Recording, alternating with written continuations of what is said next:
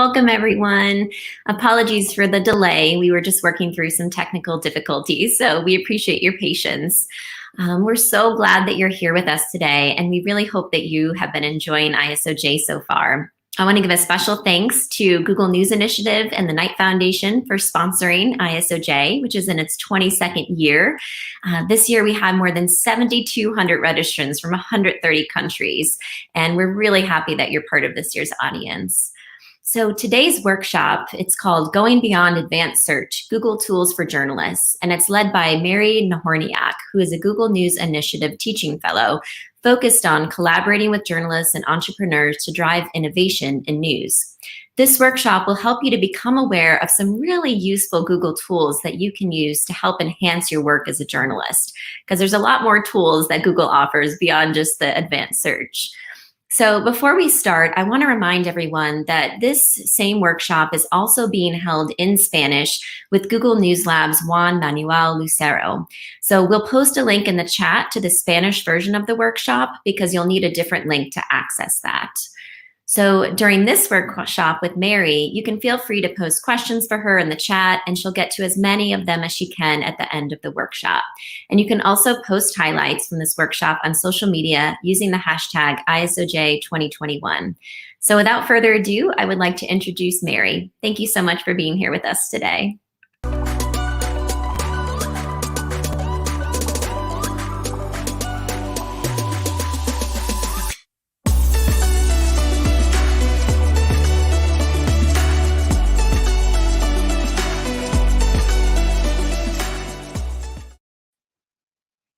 Good morning, everyone. Good afternoon, depending on where you are. Thank you so much for joining me today for this session, Going Beyond Advanced Search, New Tools for Journalists. Google has given a session like this for a number of years at ISOJ, and this year we want to go beyond the basics and showcase some new products that were built specifically with journalists in mind. A little housekeeping, you heard this from Mallory, but I'll say it again. If you have questions or comments, you can put them in the chat, or you can use hashtag ISOJ on Twitter. I'm sure you're all old hat at this by now on day 3. I will check at a few points throughout the session for questions, and we'll also do them at the end. So if there's something you want to go deeper on, please don't hesitate to ask. A little bit about me and about us. I'm Mary and GNI. I'm a journalist, and I'm the US Teaching Fellow for Google News Lab, which is part of the Google News Initiative. I started working with Google just a few weeks ago, and I was most recently the Director of Audience for USA Today, responsible for all of our digital platforms and a 24/7 global team that help program those platforms. I've also been the breaking news director at the Baltimore Sun. I've worked for a news literacy nonprofit called News Trust, and I did a stint in Kuala Lumpur, Malaysia, working for a mobile internet company. The GNI, a little bit more about Google, is our effort to build a stronger future for journalism. My role focuses on the first of the 3 E's here, to elevate and strengthen quality journalism. The other areas of focus for the GNI are evolving business models through programs like Subscribe with Google and empowering news organizations through innovation. That's mainly achieved through our regional innovation challenges, as well as our development of tools for journalists. I'm passionate about helping journalists connect with audiences, so let's dive in. If you save one URL today, save this one, g.co/news training.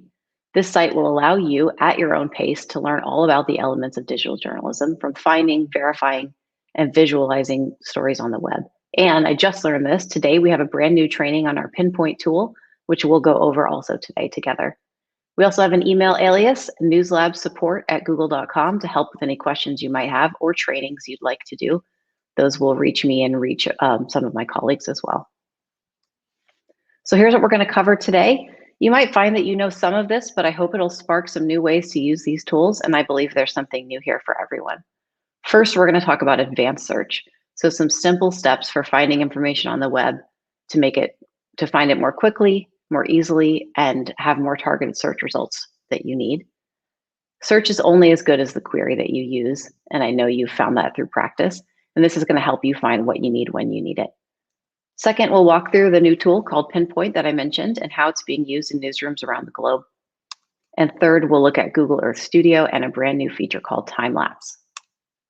Let's start with advanced search. We're going to start with some of the basics, and we'll build quickly from here.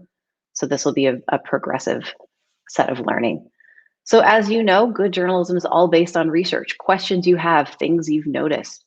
Marie Colvin would talk to people in war zones to find out what was really going on, while these two guys at the bottom, Woodward and Bernstein, of course, spent months researching documents and meeting Deep Throat before they broke Watergate. Research, whether it's from the field or from your desk, is at the core of all good journalism, and one of the most powerful research tools is Google. Given Google's core mission to organize the world's information and make it universally accessible and useful, it's often the first stop for research. I find myself typing things into the search bar without even realizing that I'm Googling something. The goal of the engineers who work on search is that the perfect search engine should understand exactly what you mean and give you back exactly what you want. But we do still need you to be precise in how you query Google. So let's talk about search refinements. The reality is that creating a perfect search engine is hard, and sometimes your search experience requires additional tools to get the job done. There is no one right way to use search, but with the following tools, you can often find different results than you might find with a typical keyword search. So let's dive into some of these.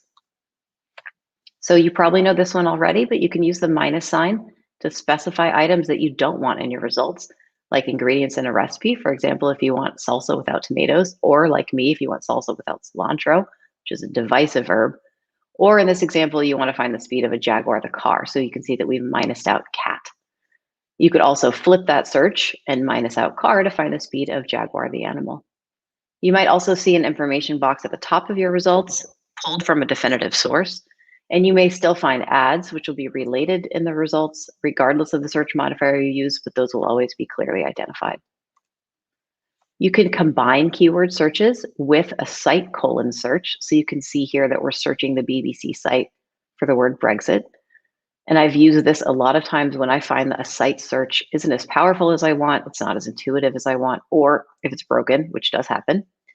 So in this example, on the left is just a simple search for Brexit, and on the right is searching BBC for Brexit articles. You can also search top-level domain. So this isn't searching a specific type, but instead a site. Instead, it's searching a specific type of site.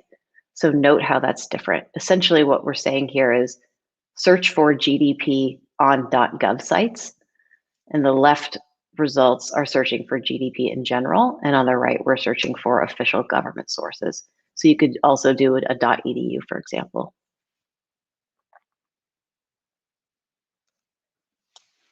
This one was new for me. I love this one. So this is a related site search. In this example, we're looking for sites that are like gettyimages.com. So on the left, if you simply search for Getty Images, this is what you would expect to find, a bunch of results related to Getty. On the right,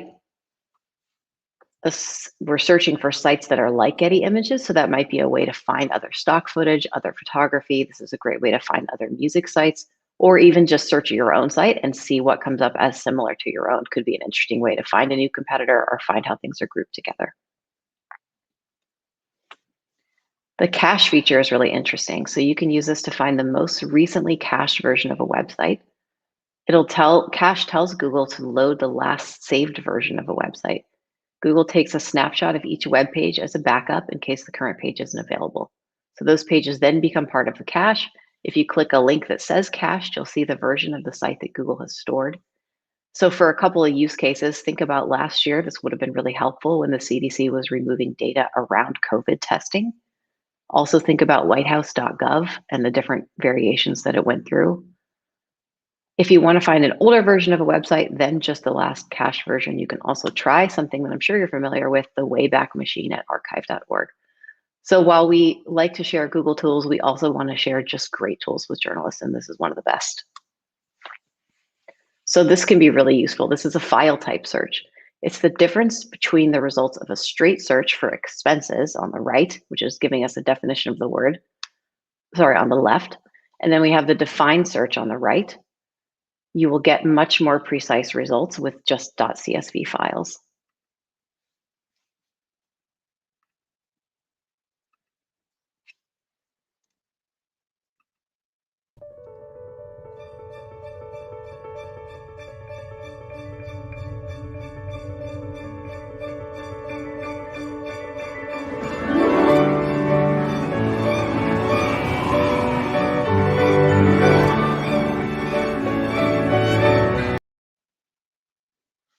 Sorry about that. We will look at that later. I want to show you, so if you take all of those different search refinements, you can combine them however you might need, and you can get really creative here.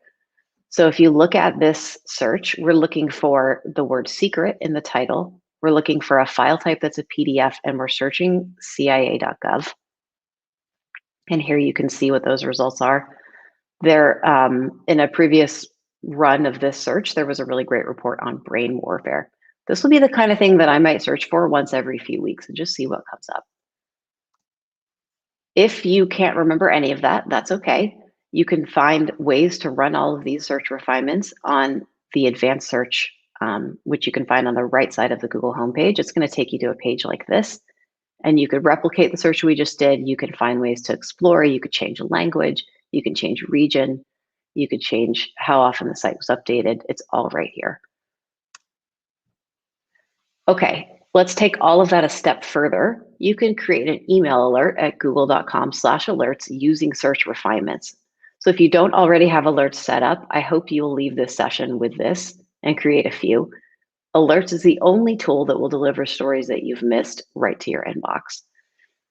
So the more unique or targeted the alert is, the more useful it will be in helping you discover stories.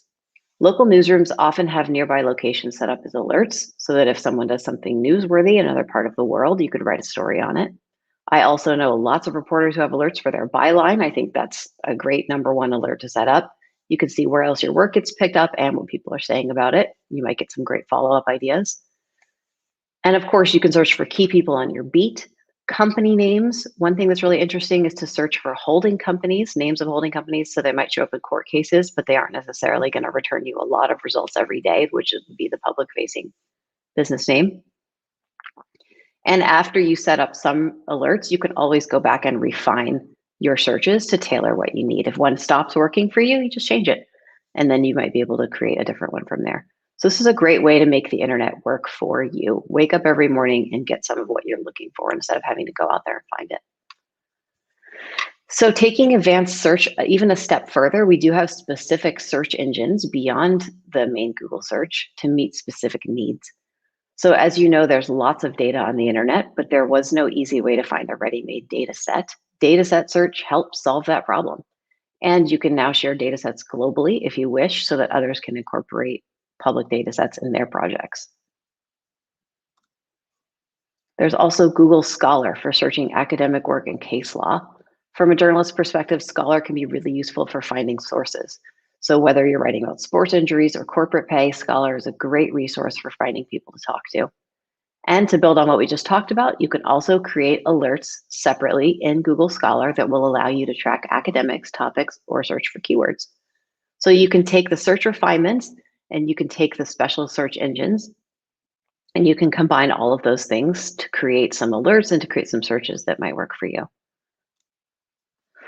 I also want to show you Fact Check Explorer. This is pretty cool and pretty important right now. It is a searchable index of fact checks. So I'm going to break out of the slides for a minute and take us over to Fact Check Explorer to look at. So the first thing you see is just simply a search bar, which we're all familiar with. So you could simply just run a search. You can also click on recent fact checks. This might be just nice to look for story ideas. What are people saying about whatever? Where's their misinformation and where's their great information? I see a lot of fact checks on here from AFP, which has a robust fact checking organization within it. And then I recently just moved to California, so I'm going to run a search for California and see what is being said about where I live. So I love this. So you all remember the meme last year that the Japanese theme parks shared "Scream Inside Your Heart" because it's safer than screaming out loud during COVID. So there was a piece of misinformation going around that Disneyland banned screaming on its rides. It's not true. We can see that from this one. We can see it from USA Today, which has a fact check organization. We can see it from Newsweek. You can scream at Disneyland on the roller coaster, and it actually is opening back up next week. So I thought that was kind of interesting. So lots to see here, fact check. If your publication or you want to have your work included in here, if you're doing fact checks in particular, you can learn how to create the markup over here on the left. So take a peek at Fact Check Explorer to see what is going on. So that's advanced search. I know that's a lot. It went a little bit fast. I hope you knew some of that. I hope some of that was new for you. We talked about search modifiers. We talked about alerts. We talked about data sets, search, public data explorer, Google Scholar, and fact check explorer. I'm going to take a quick pause and check if there are any questions, and then we'll talk about and look at Pinpoint.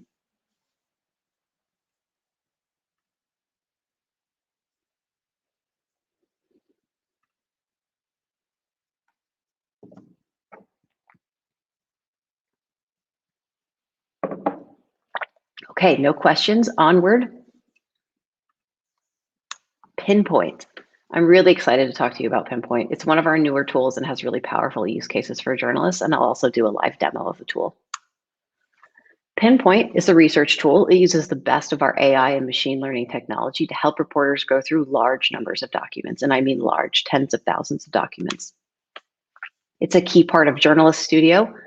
It's a tool that we built specifically for reporters, and we built it alongside and with feedback from the industry every step of the way. We still want and are using that feedback. So if you are using Pinpoint or want to use it after this, please share your stories with us. We'd love to know your questions. We'd love to know your thoughts on how it could be improved. And we'd love to know how you've used it to do your work. So you can upload and quickly search through thousands of documents that you can upload in a batch. We use Google's knowledge graph to extract keywords from the files. These are the file types that are supported. There's something I really want to highlight. There's far more than text in here, and I want to specifically highlight the audio capability. Often when we ask journalists, what's your least favorite thing about being a reporter? Transcription is on the list. So for example, you could upload an audio file of an interview that you did, and Pinpoint will very quickly transcribe it, including separating out speakers. And you can then search in that text to help find the quote you remember or the time that you were talking about a certain topic. It is much, much faster than transcribing it yourself, and there is multiple language support. So we'll take a look at that.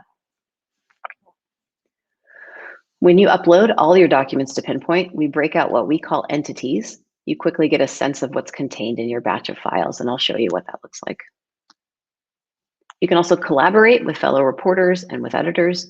They don't need to have their own Pinpoint accounts, although they're certainly welcome to do so. And this is a great way to just share your work. So let's take a look at this together. I think it makes a lot more sense when you can see it. I'm going to move over here to Pinpoint. So g.co/Pinpoint. You may know it as Backlight. That's what its first name was. And so we'll talk about some journalists who've been using it for a long time, but it's now called Pinpoint. If you looked at it before, it'll take you here.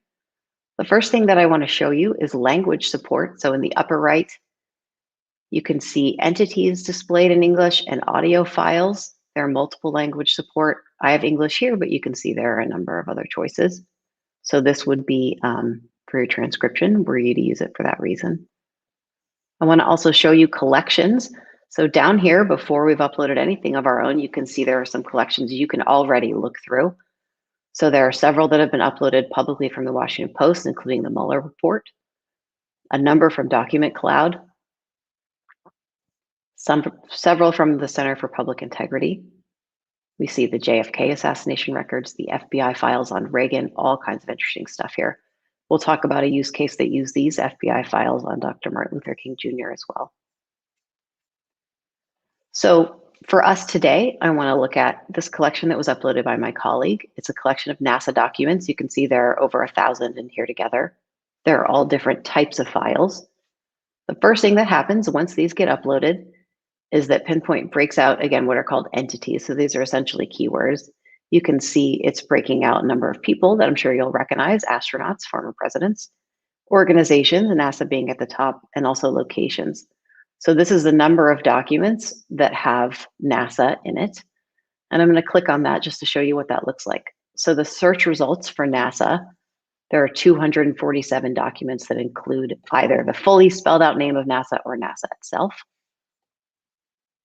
If I end that search, I want to also show you this synonym search, which is really interesting. So I'm going to search for moon. You might expect to find the results for moon in NASA documents. 350 documents contain the word moon or a synonym of moon. So right here, you can see that it's highlighting the word lunar. So this, again, is a way to quickly get a sense of what is in these files that you have. If you have 1,300 files, you've probably not read them all, Putting them in Pinpoint will help you get a sense of what's there. And synonym search can be a great way to do that.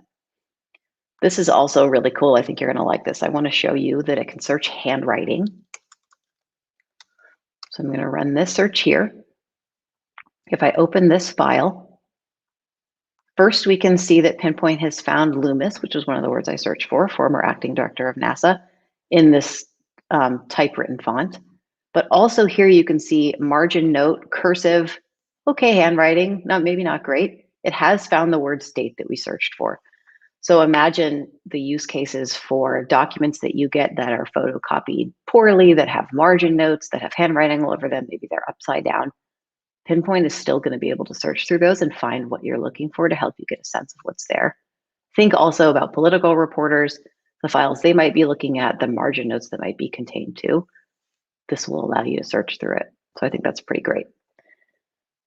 You can also search inside of images for words. So if I run a search for panda, this is not going to show me all of the photos that contain pandas inside my collection, but it would show me a photo that had the word panda in it. So in this case, I'm going to search for this series of letters as a rank. If I click in this, you can see that in this photo, STDN is contained in this person's desk on their nameplate. STDN right there, Google is able to actually find the letters inside the photo. So that can be really great. And finally, I want to show you that audio search.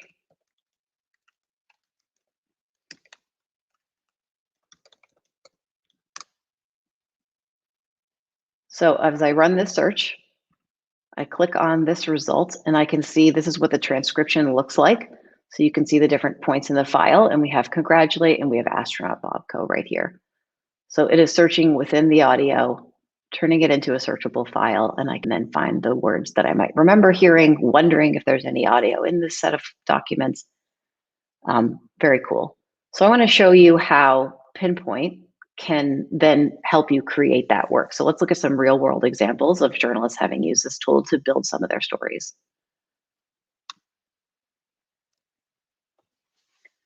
So you all are familiar with Maria Ressa of Rappler. She used Pinpoint to look through 13,000 documents, which Pinpoint processed in a piece about Ferdinand Marcos's history, corruption, and CIA daily briefing reports about martial law in Manila in 1972.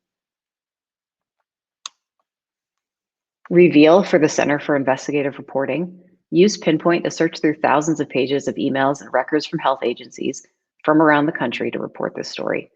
It was part of an ongoing series about the spread of COVID-19 in US immigration detention centers. This story in particular focused on testing in ICE facilities. So you can imagine how searching for tests or testing could quickly help you give shape to a story.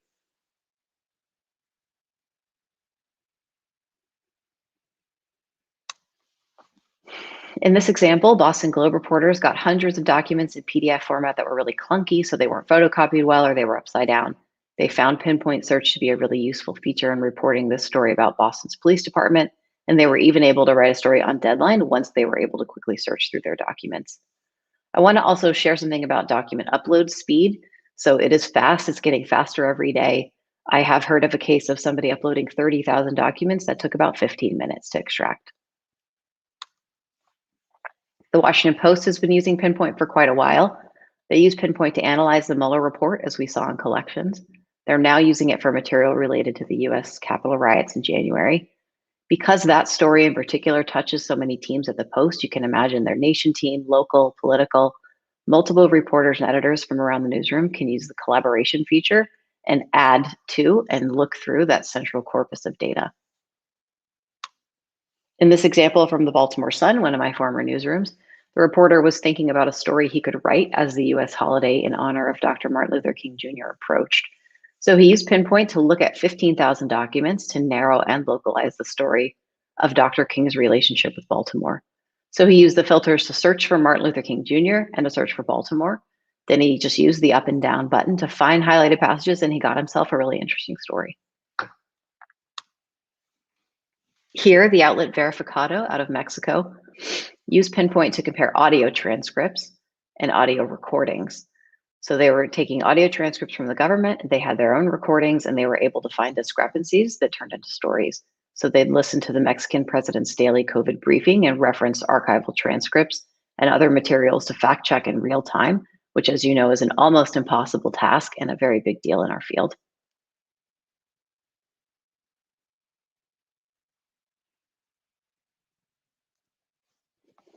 To report this story on nursing home deaths across the country last June, USA Today looked at hundreds of documents.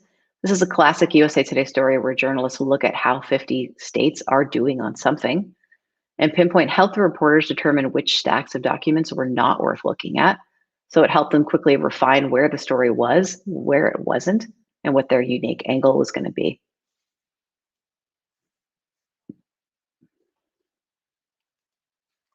So those are just a handful of the use cases of Pinpoint in newsrooms.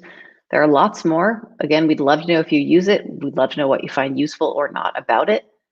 I'm going to break here and check for questions. I do see some filling up, so let's see. What languages are available and are these tools free? The languages are changing rapidly. So if you go into Pinpoint, you should be able to just see them. It is free. Any journalist can have an account. If you go to g.co/pinpoint, you can quickly register, fill out a form, and you should get access fairly quickly.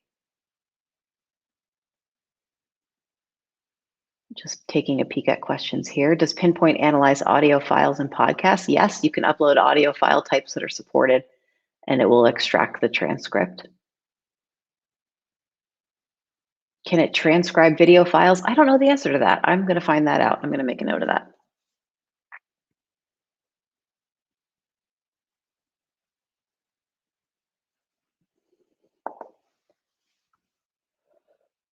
This is a question we hear a lot. So from Ari, how secure are document uploads? Does Google get access to uploaded material from journalists? I worry about how a platform like this might compromise sensitive material. That's a great question. It's an important question.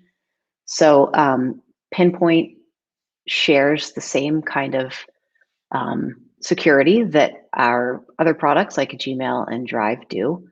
So it's uploaded for you. It's uploaded for any collaborators that you might add.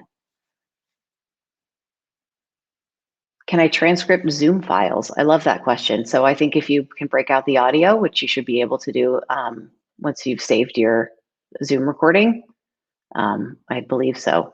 Does Pinpoint turn PDFs into audio? No, I don't believe that we do the reverse. Are journalism or documentary film students eligible for accounts? Yes, I believe so. Please go ahead and sign up. Oh, this is a great question. Can Pinpoint fact check photographs if they were manipulated through edits? So that's not something that Pinpoint can do. We have a separate training on verification, and we can talk about a bunch of different tools that can help you look at photos and see if they've look at sort of the origin, the provenance of photos, and if they might have been manipulated. Let's see what else. Another question about just file upload. So I talked about how quickly they can upload, how many it can host. Those capabilities are very robust. You can also delete them as soon as you're ready. You can remove entire collections. You can remove files. So I didn't show you how to delete, but it's in there. Okay, great questions. Lots of interesting use cases for Pinpoint. Thank you.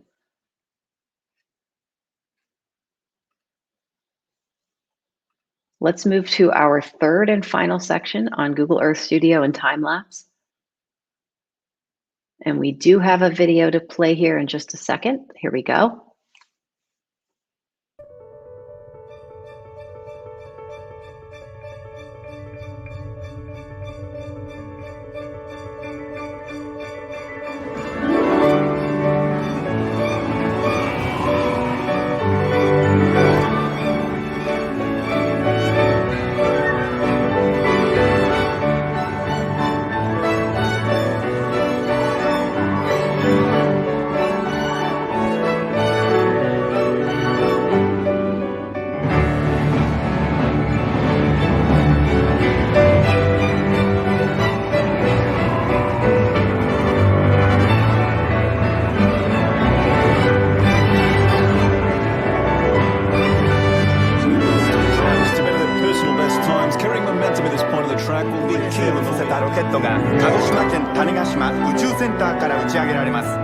The U.S. Women's National Team will be celebrating their record-setting third Women's World Cup trophy in the 5 boroughs, with the ticker tape parade later today in Lower Manhattan.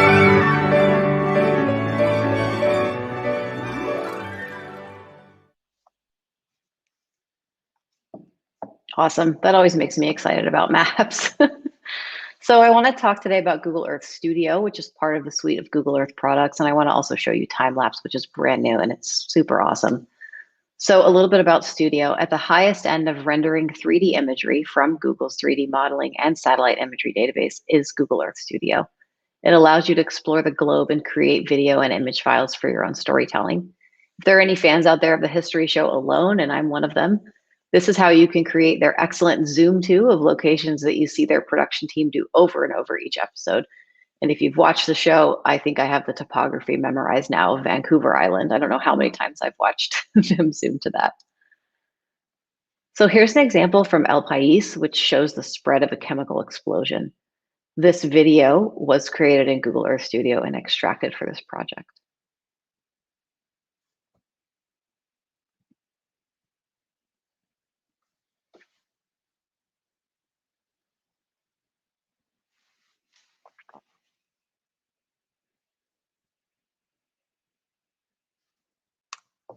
In this example, National Geographic used Google Earth Studio to show the popular Camino de Santiago pilgrimage.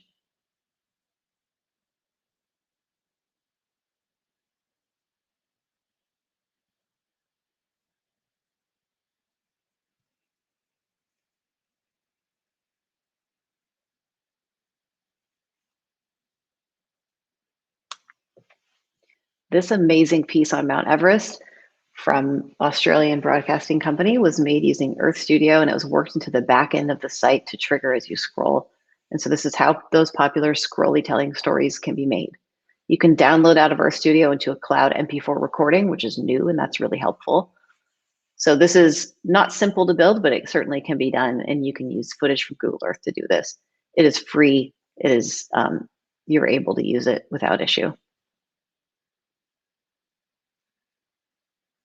These are the current locations in the world where we have high quality 3D imagery, and we're working to improve that every day. Okay, I want to show you time-lapse. So we'll take a look at it as well. With this latest update to Google Earth, you can now create time lapses and look at how the surface of the planet has changed. So Google Earth is the world's biggest publicly accessible repository of geographic imagery. For the past 15 years, billions of people have turned to Google Earth for the broadest view of our planet. From endless vantage points you've probably peaked at Mount Everest, found yourself flying over distant cities and landmarks, or just exploring your hometown. But our view of the planet was always a little static. It was a single snapshot in time. So since launching Google Earth, we've been exploring how our 3D replica of the world could reflect our planet as it truly is, a living, breathing, changing organism. So working with the US Geological Survey, NASA, and Time, Google released more than a quarter century of images taken from space, compiled for the first time into an interactive time-lapse experience. It's the biggest update to Google Earth since 2017, and you can see the planet in an entirely new dimension, time. 20 million satellite photos from the past 37 years have been embedded into Google Earth, creating a seamless and explorable view of time on our planet. What was a snapshot of the planet has now evolved into an explorable video of 4 decades of planetary change. So we're going to go take a peek at this together. Here's how you can do it or where you can do it, g.co/timelapse, or you can open Google Earth and find it from there. So we're going to go over here together. I'm going to click on the ship's wheel, Voyager, and I'm going to move through here to find the time lapse, which is right there. I'm going to click into it, and it's going to just take us somewhere to start, as Google Earth often does. And I could just do this all day. I won't do it all day and make you watch, but I want to show you a couple of cool things, and I hope you'll explore it as well. As you know, it can be a little bit resource heavy. It looks like we're having a pretty good connection here today. So again, this is time lapse. This is showing changes in the Gemini Mountains. The first way of using time lapse is just by searching. So as I mentioned, just moved to California. I'm going to search for the mountain that's in my county, Mount Tam. We're going to zoom over there together. Oh, we were in Australia. Cool.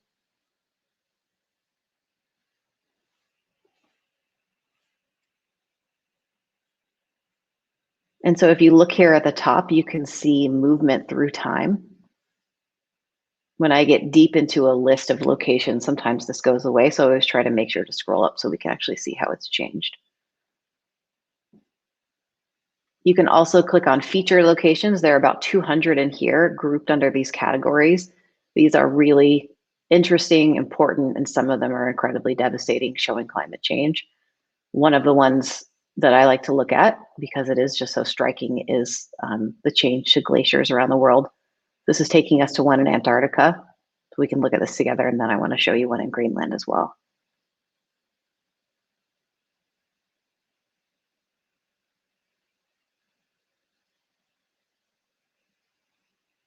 So again, watching it move through time. I'm going to click on this Sermersooq Glacier in Greenland. I'm going to scroll back to the top so we can see the time, and we're going to travel around the globe.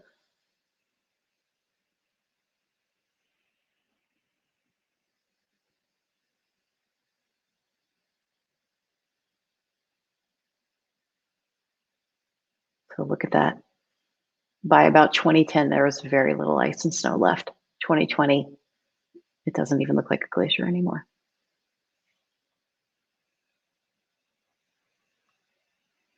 You can also look at deforestation. Mega cities, watch them be built. This one is cool if you just want to do some exploring. Mesmerizing changes. This is just some places on the planet that have changed so much in the last quarter century.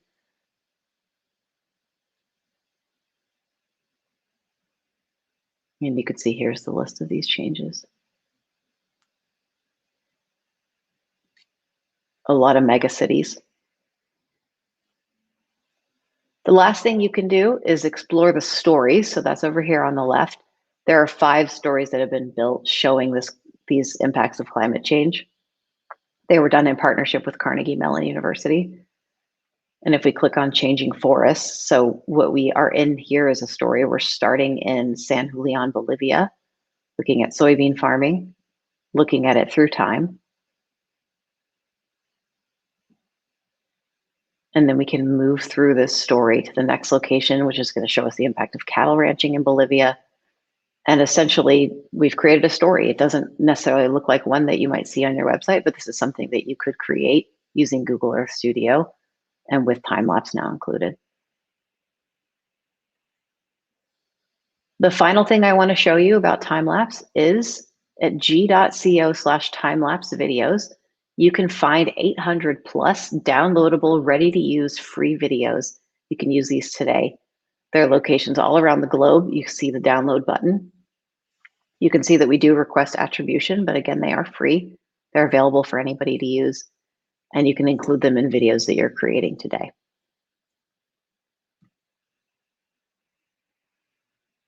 So again, time lapse, you can search, you can explore with the lists, and you can learn with the stories.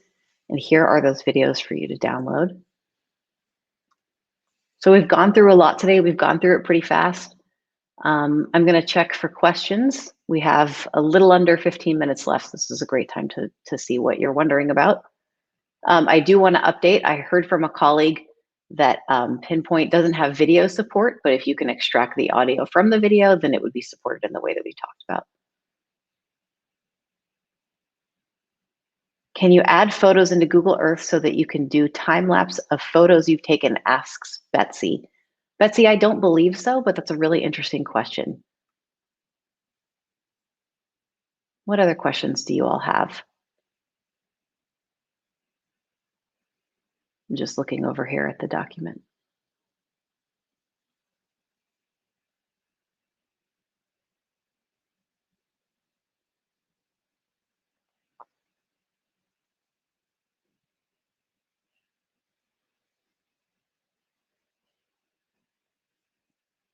Here's one that I know how to answer. Who can we contact if we'd like to have private trainings on this in our newsroom? You might very well have me. You can contact newslabsupport@google.com. Thank you, Kara, for that question. If you reach out to that email alias, we'll find the best person to set up a training for you. Another question about collaborators in Pinpoint. So is Pinpoint collaborative where anyone can share documents? Yes. If so, who are the gatekeepers? Great question. So the gatekeeper of the collection would be the person who owns it, so the person who started it. Similar, think about when you share a Google Doc, if it's one that you created, you're the owner. You can add other people as editors, you can add them as viewers. In Pinpoint, you'll be the owner, but you can share other people as collaborators as well. So you would be the gatekeeper in that sense.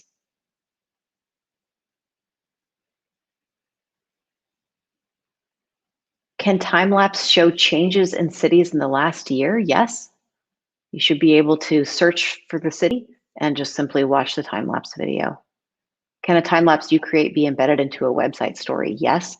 Through Google Earth Studio, you should be able to download your video and then include it in the, you should be able to download your MP4 file and then using video editing software, include it in the video that you're creating.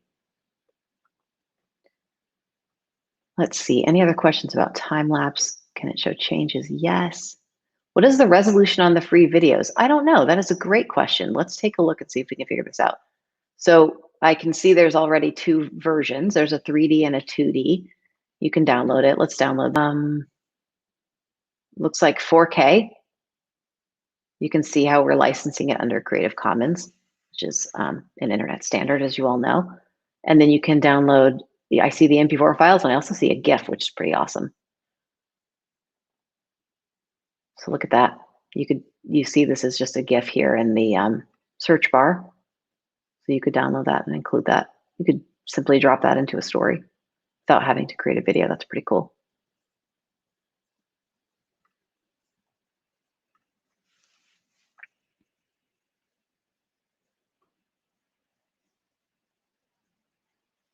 Let's see, looking at questions.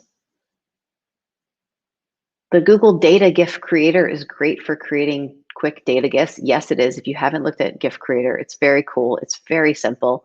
It's really nice for social to simply just showcase something. Are there any plans to further develop that tool? I don't know. That's a great question. I will try to find out. Right now, you can create a couple of different kinds of GIFs.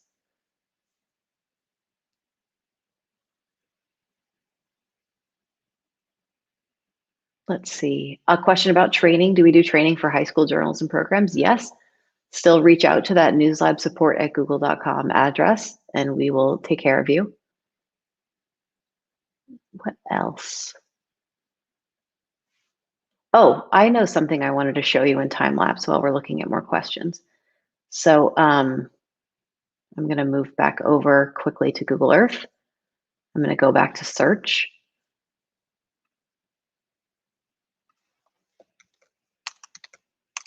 I want to search for Penang, Malaysia.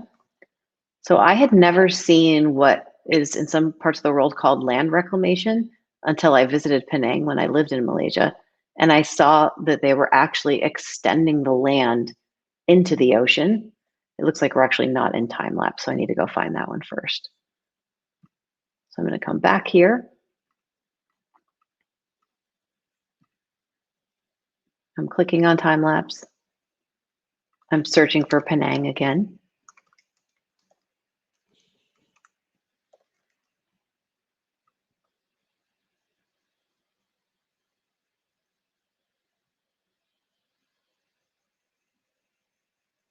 So if you look, it's rebuilding itself again, but I want to kind of get all the right stuff in the frame here. Watch over here and watch over here as over time, you see land actually be extended out from the mainland into the ocean.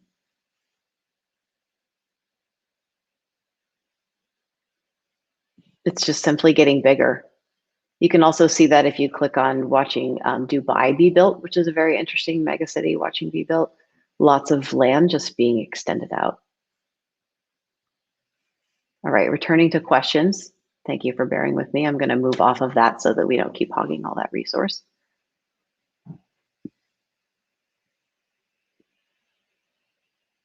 Do we have any metrics about how users react to the use of Google Earth in a news report? No, but I love that question and I'm going to find out. So what do we hear from users or what do we know about their engagement rates on Google Earth video? That's a great question. Okay. Somebody wants to know if I'll put the email address up to contact us. Yes, I will. Let me actually move to that as my default slide. Thank you. I will leave this up as I continue to answer your questions. Thank you.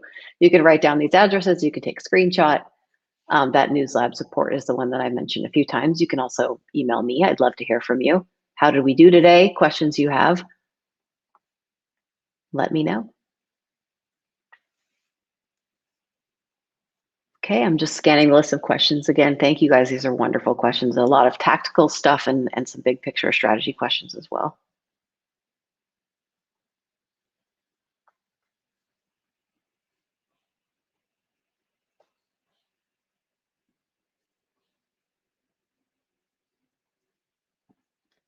Oh, here's a great question. Probably should have explained this at the beginning. So it says, can we collaborate with the journalism departments of universities? Yes. And then this is from a professor of digital journalism in Bangladesh. Nice to meet you. Thank you for joining today. How could we request to collaborate with us? So you can still email this newslab support@google.com. What I should have mentioned and didn't is that I'm the US teaching fellow for Google News Lab, but there are more than a dozen of us around the globe. So there will be a teaching fellow in your part of the world that will be in your time zone that will have great local examples for you that can do this kind of training. So we have a fellow in Canada, we have fellows in Asia, we have lots of fellows in Europe, and all around the world. So wherever you are, we will have somebody that can help you with whatever training you're looking for on these tools. And again, I mentioned this as I showed the Wayback Machine, but I think it's also important to note that these aren't just about Google tools. These are also just about the best tools for journalists. If somebody's got something that is great, and we know about a lot of those, so we're always learning about more interesting ones, for searching the web, for verifying information, helping you do fact checks, we love to highlight that in our trainings, and we do that as well. So, so it's not just about what we have. I think we've gotten to a lot of these questions here. I'm just scrolling through them again.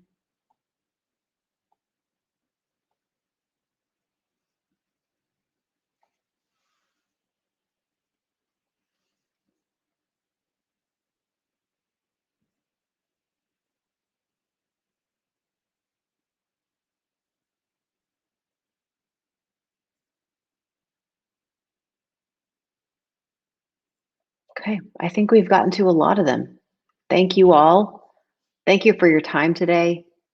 Thank you for joining me, for your good questions. I love to hear how you use these tools. I hope you found something new, something that sparked maybe a new way of using something that you've been using, but you have a new idea for it.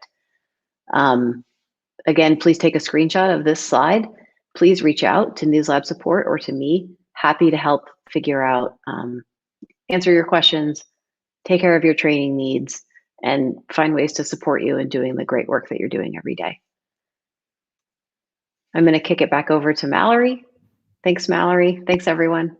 Great. Thank you so much, Mary. That was wonderful. It was so interesting to learn about Pinpoint and Time Lapse and Google Earth Studio and really discover how you can use these tools for journalistic purposes. And I think that this is a workshop that people will really want to revisit in an ongoing way. So I do want to remind everyone that we are streaming all ISOJ sessions to YouTube. So a recording of this workshop will be available immediately after the fact on our ISOJ YouTube page. So you can also eventually access it on isoj.org as well. So we'll make it as widely accessible as possible. So thank you again, Mary, and thank you to Google News Initiative for being an ISOJ sponsor this year. Now, I hope those of you in the audience will tune into our Wonder Room where you can mingle with other ISOJers and speakers, and we will have a link to that chat room in the chat for you, so you'll be able to access it right after this workshop session. And then we'll hope that you'll join us for our next panel, which starts in about a half hour at 1 p.m. Central Standard Time. And this panel will focus on how to combat online violence against women journalists. Really important and pressing topic that we want to have a lively discussion about. So we will have a group of experts discussing that topic, and we really hope that you'll join us for it. Thanks so much for being here with us, and see you soon.